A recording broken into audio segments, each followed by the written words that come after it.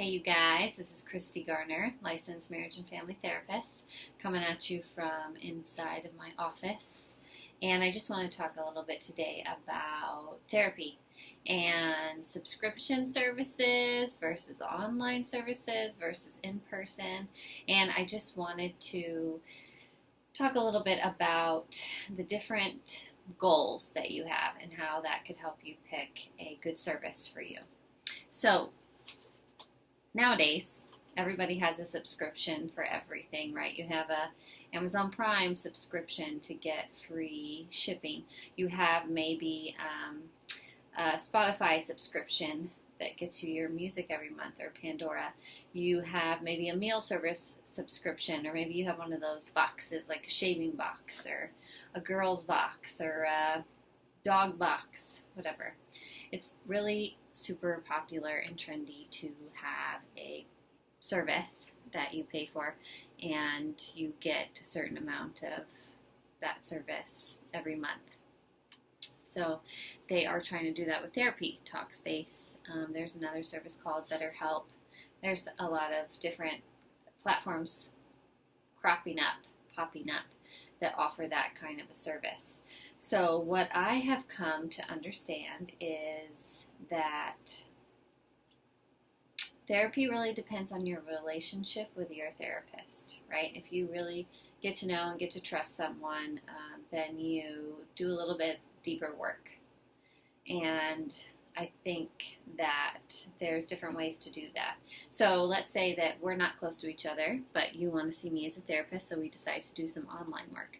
We're still getting to know each other online. You're getting to know me right now, even though I'm talking through this video, but you're knowing me more by listening to me, by seeing how I act, you're getting a lot of cues and clues about me. And even if we're online, you and I are going to build a relationship together, and I'm going to learn more about you. And talking to me face to face, even though it might be a little bit anxiety provoking at first, gets easier. And I think also having someone witness you and respond is, face to face over the video or in person is really important.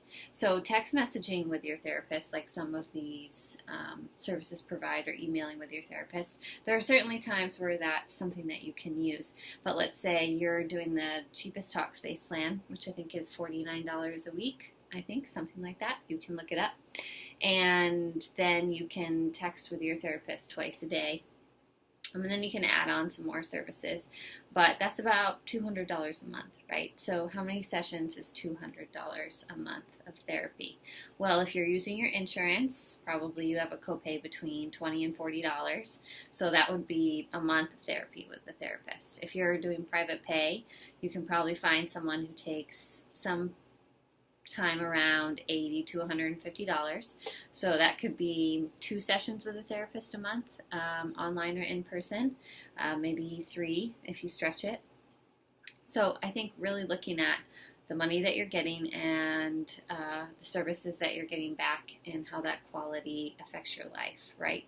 So I think that's just one of my little ins about Talkspace or a text-based service for therapy, or seeing someone, more personal, online or in person. And I would greatly suggest getting the value out of building a relationship with a person, a real person, and, finding the courage to talk about your problems and to do that either online or face-to-face with a person.